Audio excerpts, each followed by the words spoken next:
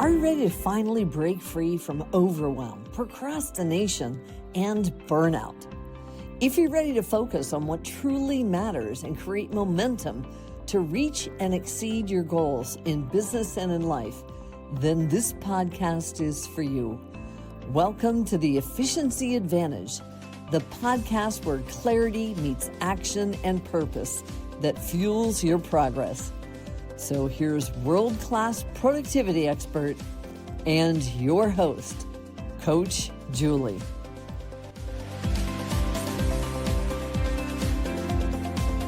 Hello, and welcome back to the Efficiency Advantage podcast. I'm Juli Shulem, and today I'm going to be sharing with you systems and processes and formats and how to make your business better. So most businesses don't really struggle because they lack effort or ideas. They struggle because the way that the work gets done lives in their heads instead of in clear processes. So my work focuses on helping business owners turn the way that they already operate into repeatable systems that reduce overwhelm, improve consistency, and make growth sustainable. And when the right processes are in place, business owners experience less stress, they make fewer mistakes, and they can start running their company and their life with more clarity and stability. Sound pretty good, right? All right. So when I start working with a new client, usually I can tell within the first conversation or two the status of their systems or sadly lack thereof. Now, most of the clients tell me straight up that they're having issues with productivity and overwhelm, and they're not able to get projects or tasks done in a timely manner, and they're kind of disorganized. So it doesn't take long to learn that there are very few, if any, systems in place. Some of the warning signs are when we see the same problems resurfacing because there's no defined workflow or processes to prevent them from occurring. And to make matters worse, the same decisions have to be made over and over, which is not only frustrating, but it's a real time suck. So when I ask, if you're away, would your whole company and everything just fall apart? Would it just kind of fall through the cracks? Well, this is usually where they tell me that there are no processes in place, so no one's going to be able to do anything for them. And that there isn't any procedures manual or document showing how to do various tasks either. So when I ask where all this information is and they say in their head, then I know that there are issues to be handled. We know that processes are working when the business runs consistently, even when you, the owner, step away or go on vacation or anything else like that. So how do we know which processes to set up first? And how can one get started on this project? So as their coach, I help clients figure out which are the highest priority. We discover that by learning which ones are either done frequently, so something that's done all the time, and where there would be a potential negative ramification if something were done wrong. So we need some clear directions written down. Or if something not done would have high impact on revenue, customers, or operations. So if you don't have a system in place and there would be a negative impact on revenue, customers, or operations, those are good places to start. So in most businesses, this means starting with a few core areas. Either keeping track of client or customer experiences, handling sales and leads, managing, training, or onboarding new people, and any recurring operational task, as well as seldom used tasks. So these areas are all very valid for creating some system around. So if you're wondering why bother documenting how to do those random, seldom used tasks or systems, well, there's a really good reason. Think about this. Have you ever found that when you have to do a task that you maybe do once or twice a year, that you have to relearn the process every time like it's the first time. Well, now imagine how much time you would save if you had a detailed document showing you step by step what to do so you can complete the task faster and easier and with less stress. I have a client and he hates having to ask for information from his boss on some of the more infrequent case scenarios. So he's creating some standard operating procedures or SOPs to give him more autonomy with his work. Now, this not only saves time for both parties, but it allows him to have more agency over his work product and makes him look and feel more responsible. So, this is a wonderful thing to have in place in your office. Now, keep in mind, you don't have to document every single thing, just those that cause the most problems or that could waste most time. Those things that you forget often. If it saves you time, create a system around it and instructions. Even if they're just for you, this will reduce time being wasted having to relearn the process over and over. Now, let's say you have a team or staff and you want them to utilize these protocols or processes. Well, the best way I have seen to get compliance or agreement is to involve everyone. When processes are written for people, for them to follow rather than with them, there's a less likelihood of buy-in. And we want buy-in. So when employees or direct reports have some input, not only do they feel respected and heard, but they're more likely to use whatever system is being put in place because they had some, input here. Another excellent reason to get everyone to participate in this way you may end up with some great ideas that you may not have come up with on your own. So, to drive adoption, make the processes, the systems, the protocols easy to use because confused people don't perform. Straight up. If the procedure, protocol, or system is long or complicated, people may get overwhelmed by the information and may eventually ignore it altogether and may default to asking someone else instead. Again, this is a time waster and not getting people to solve problems on their own, which would be a much better situation. 2, connect the process to the outcomes. When teams and others see and understand how a process protects the quality, serves the customer, or improves efficiency, they can see how the systems help them in addition to the company overall.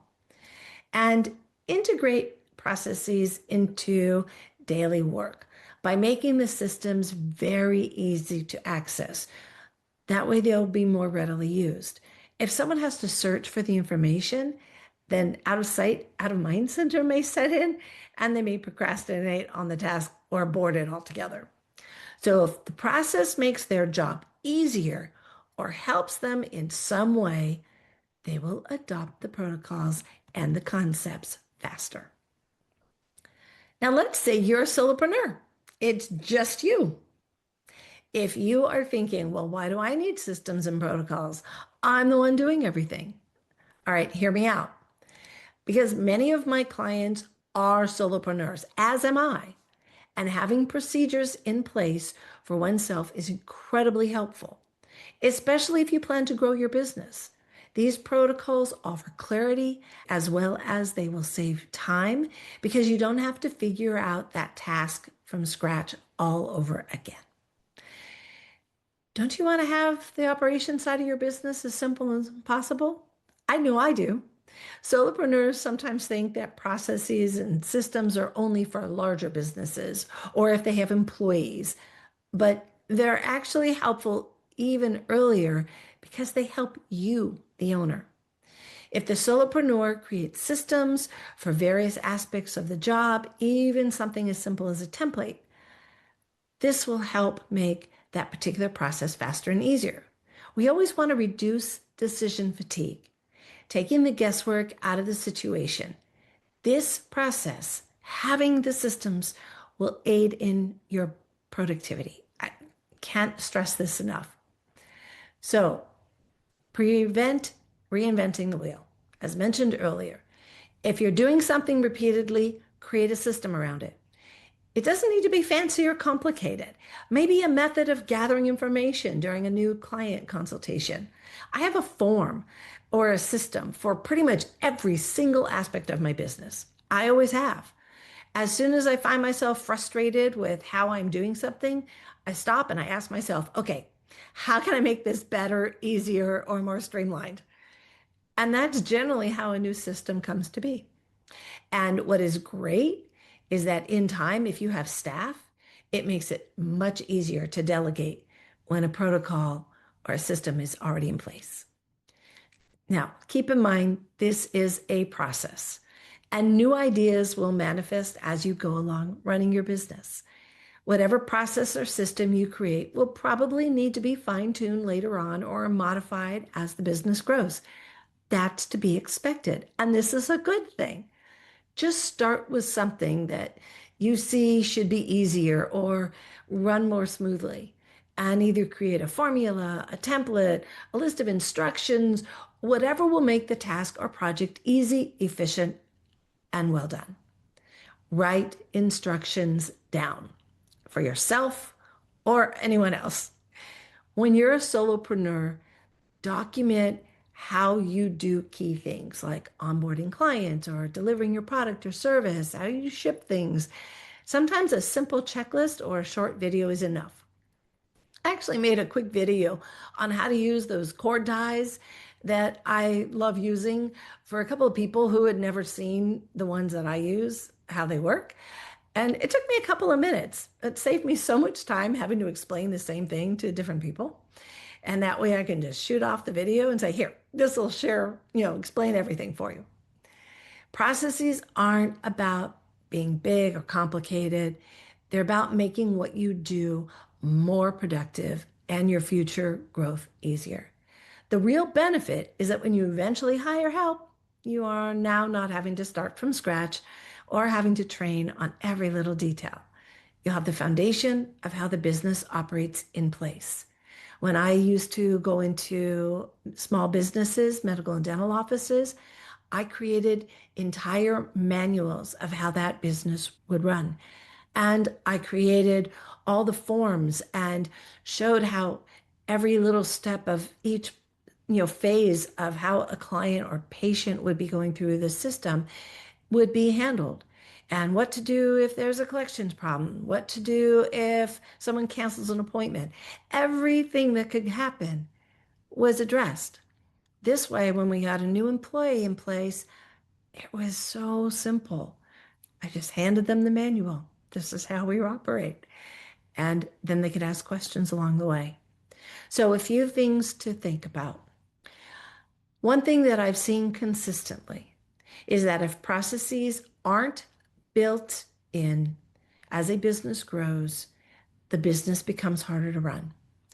But when owners capture how their businesses actually run and how things work, even in simple ways, they create clarity and consistency for themselves, their team, and their clients. Processes aren't about documentation and making busy work. They're about making good processes repeatable. You want to make sure that this is something that others can do also. Now, I've also found that if the same problem keeps coming back, it's usually not a people problem. It's a missing or unclear process or system. Involve others so that everyone feels like they are part of the process. They'll feel valued. And again, you might just get some amazing ideas from others versus trying to compile everything yourself. Documentation right from the start makes future growth less stressful.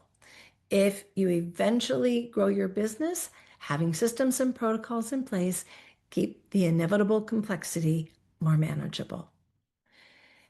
And a final note, a process doesn't need to be perfect, fancy, or super techy to be useful. It just needs to make the next step or steps clearer and easier. I hope this helps you with whatever you're working on. This can be applied toward your personal life as well. This is not just for business. This is for everything. I'm Juli Shulem. Thank you for listening, and I look forward to sharing some more ideas on the next podcast.